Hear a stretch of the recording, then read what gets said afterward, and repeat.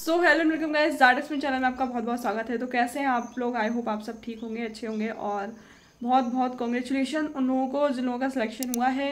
और किसका हुआ है ये तो मुझे भी नहीं पता है। बस एक हैं जो मतलब कुछ लोग ही ऐसे हैं जिनको जो जानने वाले में जिनका मैंने सुना है कि हाँ उनका सिलेक्शन हुआ है। बाकी तो मुझे ऐसा कोई दिख नहीं रहा है सिलेक्शन वाला। मेरे जान पहचान में आंदोलन वाले या फिर जो भी व्हाट्सएप ग्रुप में ऐड है उनमें भी किसी का भी सिलेक्शन मेरे को अभी नज़र नहीं आया है। और सबसे बड़ी बात तो मुझे इस रिज़ल्ट की ये दिख रही है कि इतने हाईएस्ट नंबर होने के बाद भी मतलब जो डायरेक्ट भर्ती वाले जो बच्चे हैं, जो स्टूडेंट रहे हैं, उनको वेटिंग तक अलॉट नहीं हुई है। ये कैसा रिजल्ट था? कुछ लोगों को आपने मेरिट भी दी है, साथ में वेटिंग भी दी है, लेकिन कुछ जो डिजर्विंग कैंडिडेट्स थे जिनको एटलीस्ट आप वेटिंग दे सकते थे, लेकिन वो भी नहीं मिली है। अब क्या हो रहा है ना, अब इसमें सबसे ज़्यादा ना क्या लोग मतलब जो स्टूडेंट है वो कंफ्यूज हो रहे हैं। परसेंटाइल पे बहुत लोग कंफ्यूज हैं। बोल रहे हैं कि जैसे किसी का 99 पॉइंट कुछ का है तो और उनसे कम अगर किसी का उसमें मेरिट वाले में पीडीएफ में दिख रहा है तो वो ये देख के कंफ्यूज हो रहे हैं कि हमारा नहीं हुआ, इनका कैसे हो गया। तो वो एक तो कट ऑफ वाली चीज़ है कि वो कट ऑफ से हाईएस्ट रहा होगा। सेकेंड चीज़, वो आपकी शिफ्ट में नहीं होगा, वो शायद उसकी शिफ्ट में वो उसका हाईएस्ट रहा होगा, इसलिए उसका सिलेक्शन हुआ है। तो प्लीज़ आप लोग इस चीज़ पे कंफ्यूज मत होइए बिल्कुल भी। परसेंटाइल पे मत जाइए, सबका परसेंटाइल इसी तरीके का शो रहा है। मेरे तो खुद के 144 नंबर है, लेकिन और मेरा जो परसेंटाइल है वो 90 शो हो रहा है ना। तो अब जैसे तो ऐसे फिर 90 परसेंटाइल पे थोड़ी मतलब सिलेक्शन हो सकता है, क्योंकि आप तो भाई 100 पे सिलेक्शन हुए। परसेंटाइल को देखकर आप लोग बिल्कुल परेशान ना हो, निराश ना हो कि यार ये हमारा इतना हाईएस्ट था तो हमारा क्यों नहीं हुआ, उसका क्यों हो गया। क्योंकि परसेंटाइल क्या शिफ्ट वाइज आया है, तो वो जिसका सिलेक्शन हुआ है ना वो उसकी शिफ्ट में हाईएस्ट रहा होगा, इसलिए वो सिलेक्ट हुआ है, भले ही उसका आपसे परसेंटाइल कम रहा हो। तो ऐसे इस तरीके से कंपेयर ना करें। और सबसे बड़ी बात, जैसे जिसका जो इस चीज़ को लेकर परेशान है कि मेरा 179 नंबर है, मेरे 178 है या 182 है, तो हुआ क्यों नहीं, इनका कैसे हो गया। तो सबसे बड़ी दो चीज़ें, एक तो कार्यकर्ता जो रहे ना, जो कार्यकर्ता वाली जो पोस्ट थी वो अलग थी, डायरेक्ट वालों की अलग थी, उनका कट ऑफ ना थोड़ा सा कम गया है। उनके कम में भी किसी किसी का मतलब अलॉटेड दिखा रहा है और हो गया है, वेटिंग भी दिखा रहा है किसी किसी का, लेकिन डायरेक्ट में ना तो वेटिंग दिखा रहा है ना ही रिजल्ट प्रॉपर दिख रहा है, समझ ही नहीं आ रहा है। और कट ऑफ इतना हाई कट ऑफ है, मतलब 185, 186, 182, तो बहुत मुश्किल है यार, इतने में कैसे कोई कर सकता है। बोनस मार्क्स को लेके काफ़ी लोग कंफ्यूज हैं कि जैसे मेरे पास एक दीदी का भी मैसेज आ रहा था कि जो आंगनवाड़ी कार्यकर्ता थे जिन्होंने फॉर्म डाला था और उनको बोनस मिलना था अगर वो 5 ईयर से ज़्यादा एक्सपीरियंस रहते हैं तो, पर शायद उनको नहीं मिला।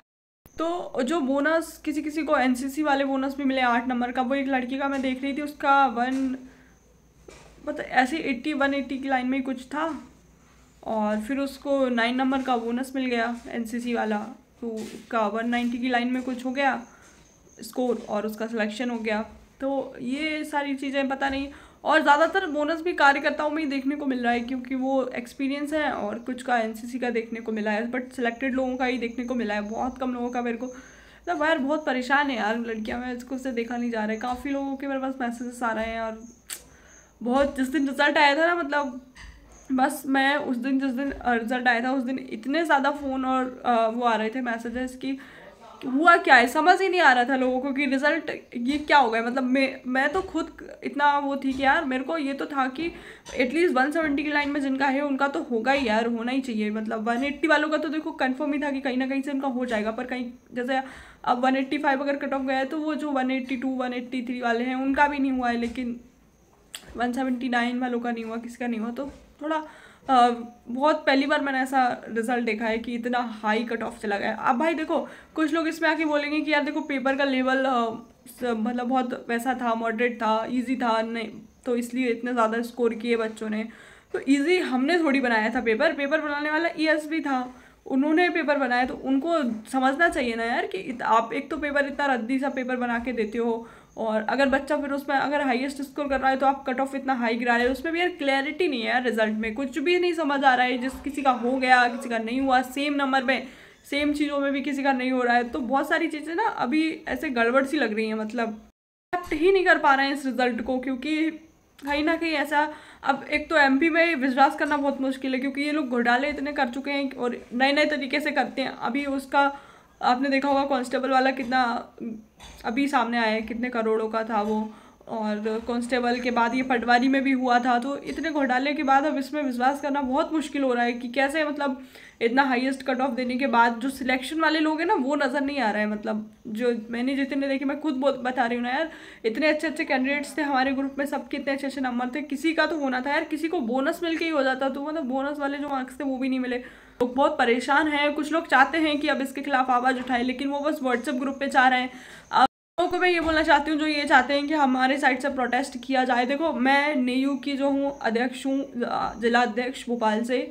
अगर आप चाहते हैं कि इसके खिलाफ आवाज़ उठाएं हमारी नेयू टीम के साथ में मिलकर, तो आपको देखो ग्राउंड लेवल के लिए तैयार होना पड़ेगा। हमने इसके लिए अभी एक मीटिंग ऑर्गेनाइज़ की थी कल ही, तो जिसमें मैंने बोला था, मैं वो एक व्हाट्सएप ग्रुप है जो मैंने बनाया है, जो प्रोटेस्ट अगर कोई करना चाहता है, इसके खिलाफ आवाज़ उठाना चाहता है, तो उसमें कुछ 150 अभी 160 लड़कियां उसमें ऐड हैं। तो मैंने कल सबके लिए एक मीटिंग रखी थी कि हम बात करेंगे बैठ के कि कैसा क्या है, कौन क्या चाहता है। तो उसमें मात्र 15 लड़कियाँ ऐड हुई थी, 15-20 लड़कियाँ, और उसमें से भी 4-5 लड़कियों ने सिर्फ अपनी बात बोली थी। तो यार देखो, ऐसे तो नहीं होगा चीज़ें। एक बार ऑलरेडी हमने रिजल्ट आने से पहले काफ़ी प्रयास किए, काफ़ी सारी चीज़ें की कि चलो सीट बढ़ जाए, लेकिन अब देखो सीट बढ़ने का भी कुछ मुझे क्लियर नहीं दिख रहा है कि बड़ी है। वेटिंग तो देखो आई है, लेकिन अब वो वेटिंग में भी डायरेक्ट वालों की वेटिंग ही नहीं दिखी मेरे को। डायरेक्ट वाला अगर कोई है जो मेरी वीडियो देख रहा है और अगर वो उसका वेटिंग में आया तो प्लीज़ मेरे को कमेंट ज़रूर करना मेरे को। तो अगर आप चाहते हैं कि आपको लग रहा है कि इसमें कोई स्कैम हुआ है, कोई घोटाला हुआ है, तो इसके खिलाफ आवाज़ उठानी है, तो प्लीज़ डायरेक्ट कांटेक्ट करें हमसे और प्रूफ के साथ करें। देखो, बिना प्रूफ के अपन नहीं बोल सकते हैं, ये नहीं बोल सकते कि हमारा सिलेक्शन क्यों हुआ। वो तो बोल देंगे ना, कट ऑफ हमने इतना निकाला है, आपका कट ऑफ से बाहर है नंबर, इसलिए आपका सिलेक्शन नहीं हुआ है। हमको चाहिए कुछ ऐसे प्रूफ चाहिए जो वैलिड हो कि हाँ ये है, तो तब हम उनके खिलाफ आवाज़ उठा सकते हैं। बिना किसी वैलिड प्रूफ के हम नहीं आवाज़ उठा सकते हैं, ना ही कोई कोर्ट केस कर सकते हैं। तो थोड़ा सा अगर आप चाहते हैं कि ये सारी चीज़ें करना है तो फिर आप मुझसे कांटेक्ट करें व्हाट्सएप पे, और हमारी नेयू टीम से कांटेक्ट करें, हम आपके साथ हैं सब। और अगर प्रोटेस्ट करने की ज़रूरत पड़ेगी तो वो भी करेंगे, लेकिन आपके सपोर्ट के साथ। यहाँ देखो, हम अकेले कुछ नहीं कर सकते हैं, ना ही कोई अकेला कुछ कर सकता है। ये एमपी है, यहाँ पे 20, 25, 100, 200 लोगों की कोई सुनवाई नहीं होती है। अगर आपको एमपी में सिस्टम चेंज करवाना है तो आपको कम से कम हज़ारों की संख्या में जाना पड़ेगा, तब वो सुन सकते हैं। ये 200-500 लोगों की कोई वैल्यू नहीं है एमपी सरकार की नज़रों में। आप कितने ही जाके आंदोलन कर लो, कुछ कर लो, वो नहीं सुनने वाले हैं। उनके लिए अच्छे से कुछ अगर तगड़ा एक्शन होगा तो 1000, 2000, 5000 लोग जब जुड़ेंगे तब होगा। और हम पेपर देने वाले 4 लाख बच्चे थे, सबका सिलेक्शन तो हुआ नहीं होगा। और अगर वही लोग आ जाएं, सब एक साथ में आ जाएं, 1 लाख लोग भी अगर आ जाएं ना, 1 लाख के नहीं 10,000 भी आ जाए ना, तो ये हिल जाएंगे। पर लोगों में नहीं है एकता यार, देख ली मैंने। लोग बस व्हाट्सएप पे बोल सकते हैं, कमेंट सेक्शन में बोल सकते हैं ऐसा कर लो वैसा कर लो। अभी वो मेरी लास्ट वीडियो पे इतने कमेंट्स आ रहे हैं कि स्कैम हुआ है, पैसे में बिक गई है सीट, और सरकार ने खरीद ली, और मतलब बहुत तरह तरह के कमेंट्स आ रहे हैं। लेकिन वही लोगों को अगर मैं बोलूँगी ना आके कि ये चीज़ आके कैमरे पे बोलो और सपोर्ट करो, तो वही लोग ग्राउंड लेवल पे आके सपोर्ट नहीं करेंगे। तो इसलिए फिर यार लीडर कहाँ तक करेगा ना यार, हमको भी सपोर्ट की ज़रूरत होती है। मतलब किसी एक की सरकार कभी नहीं सुनती है। सरकार को चाहिए एकदम बहुत सारे लोग जब एक साथ आके प्रोटेस्ट करें या फिर अपनी आवाज़ उठाएं, तब वो लोग ध्यान देते हैं। तो अगर आप चाहते हैं कि इसके खिलाफ आवाज़ उठानी है तो प्लीज़ नेयू टीम से कांटेक्ट करें, हम लोगों से कांटेक्ट करें। मैं व्हाट्सएप ग्रुप की लिंक डाल दूँगी डिस्क्रिप्शन में, आप लोग ऐड हो सकते हैं।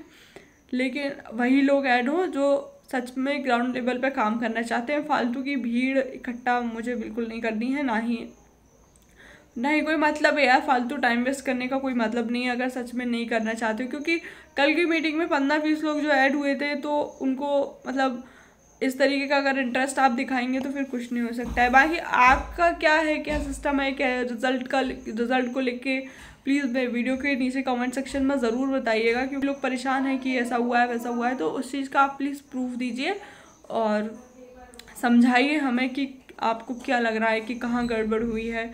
तो उस चीज़ पे बैठ के डिस्कशन करेंगे साथ में। अगर वो वैलिड दिखेगी वो सारी चीज़ें, तो फिर हम उस पर आगे काम कर सकते हैं। बाकी बिना प्रूफ के तो अपन देखो कुछ नहीं कर सकते हैं। और प्लीज़ कोई परेशान मत होइए यार। अभी कल परसों से मैं जो ग्रुप देख रही थी यार, ग्रुप हमको ना ओनली एडमिन करने पड़े थे कि लड़कियां इतना ज़्यादा सैड हो रही हैं कि यार अब क्या होगा। देखो ये कोई आपका लास्ट एग्ज़ाम तो था नहीं यार जीवन का कि ये बस अब हो गया तो आपको हाँ कुछ नहीं है लाइफ में। लाइफ में ना कुछ भी एंडिंग नहीं होता है, मतलब काफ़ी टाइम पे हमारे मतलब जीवन में ऐसी स्थिति आ जाती है, हमें लगता है कि अब सब खत्म हो गया है, बहुत अब कुछ बचा ही नहीं है, अब तो मर जाना चाहिए। पर ऐसा नहीं होता है यार।